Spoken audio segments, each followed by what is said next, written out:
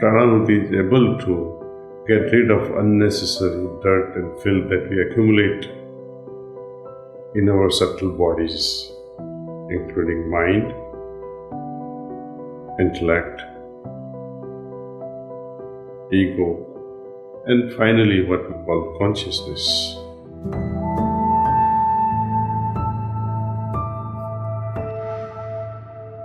Asanas, they improve our physical health and prepare us for pranayama. Pranayama builds our immunity. It increases our life force. Pratyahar, dharana, dhyan and samadhi, they are inner segments of our yoga practice, leading us to culmination of our consciousness. The entire purpose of yoga sadhana is to revolutionize this inner consciousness. And only when this consciousness of each individual in this entire globe reaches a critical mass, as they call egregore, humanity will change. There will be more peace, there will be more harmony. Meditation takes us to the deepest available consciousness each time. So I highly recommend people to meditate and take advantage of it so that we can be in touch with innermost silence. And this becomes the source of all knowledge. Our perception also gets heightened under this silence. Silence meaning gathering all your energies, all your attention inward. And this inwardness heightens our perception. And after all, what is consciousness? Consciousness is nothing but degree of our awareness, degree of refined awareness. And this is possible only when we are silent. Through silence, we learn how to manipulate, how to enhance our consciousness, which we can practice in day-to-day life.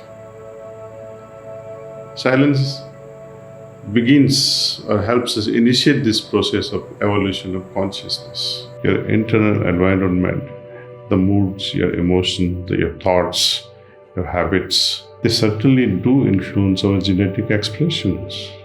Anyway, it only shows that we all are connected at multiple levels, intellectually, morally, and spiritually. If we raise each day our consciousness, it is bound to have a snowball effect, like what we call butterfly effect. As we evolve more and more, there are individuals who understand that if I do such and such a thing, it is not going to bring about good results. They know ahead of time. There are certain individuals who would, while going through that particular process, they will understand, whether I'm doing right or wrong. And if they become aware of it, that I'm doing it wrong, they have the ability to stop it. Some people, they say, I already started it. Why? What is the point of stopping it? And some individuals, to me, even after they have gone through doing a wrong thing, they still don't get it.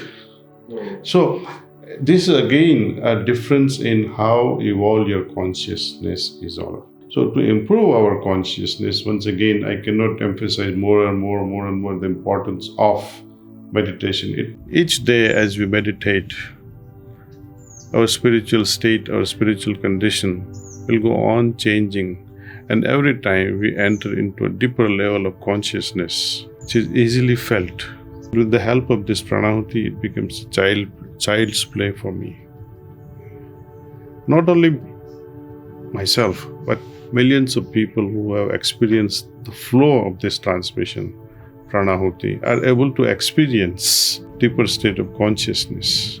When we talk of evolution of consciousness, that's the only thing I think that evolves in us. It is a fact that body cannot evolve within my lifetime. I can only age. My soul cannot evolve because it is immutable, it is purity, it is divine in nature, unchanging, eternal. So on two ends, body cannot evolve, soul need not evolve. Then what are we trying to evolve? Something in between. consciousness. First of all, I have to understand what is consciousness. Consciousness to me is all about degree of awareness. This degree of awareness keeps on changing like my potential. As I dive deeper into my subconscious and as I soar higher in my superconsciousness through meditation, I create somehow a broad band of my present awareness through which all this information is exchanged. Isn't it wonderful? Increased awareness, increased consciousness, ever-changing consciousness will lead us continuously to ever-improving way of life. Life becomes joyful, or you might even say it becomes so blissful. You arrive at those lofty states so much praised in our tradition as Sat-Chit-Anand. Sat-Chit-Anand, it's not a mantra. To me, it's a coded word which is passed on from generation to generation. We have to decode it. What does it really mean? Sat, the ultimate truth, can be had if your chit, your consciousness, becomes blissful. And this blissfulness can be arrived at when we realize our full potential. I can see my potential only when I look within myself. Deeper I go, more beautiful this potential appears. And who is going to take me to my deeper level of consciousness?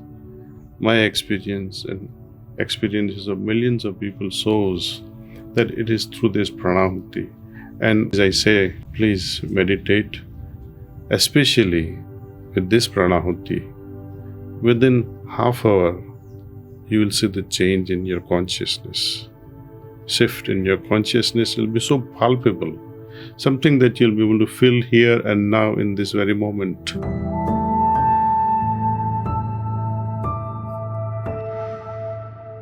Without practice, this illusion won't vanish. Practice removes it all. The yoga of the sound is natural practice. Learn its manner well. What is the illusion behind all this that has been going on in our lives? Ishavasya Upanishad also talks highly about this inner and outer nature, Prakriti and Purusha.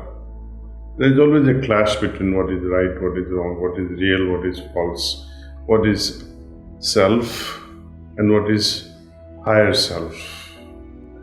All these illusions will go away provided we practice. Practice clarifies a lot of things. First of all, it removes illusion, it gives us clarity, it removes the dirt from our mind, and above all, conditioning which has been holding us up is also removed. Towards this, Daaji talks about practicing the yoga of sound. How beautifully he has put this here, the aspect of sabda, sound.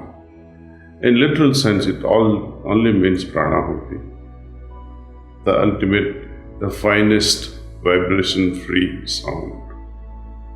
Pranahuti, energyless energy, forceless force, which can be felt in our heart. This sabda, mentioned in many literatures, yoga of sound, yoga pranahuti. But you need to have someone who can introduce to us to this pranahuti. Fortunately, in Sahaj Marg, under Sri Ramchandra Mission, with such a beautiful heartfulness way of approaching this whole technique, sharing this whole technique in a heartfulness way with others, makes it simpler and easier for all of us. The yoga of the sound is natural practice. Learn its manner well. How to learn the manner of yoga of the sound? What is there to learn? We don't have to learn about pranahuti itself. We have to learn how to receive it well, how to receive it with manners, etiquettes, how to allow the higher self to imbibe more in it, with the help of the same lower self. And slowly, this pranahuti takes us to different heights, or you might like to say different depths of consciousness. Each experience has to be integrated in our daily life. Without integrating this experience in our daily life with our every breath, we tend to lose that very condition, very special spiritual condition that has been opened up. So integration is very important. And this can happen through this AEIOU methodology that we have talked again and again. Just to remind you, how can you integrate unless you have it? So first acquire it.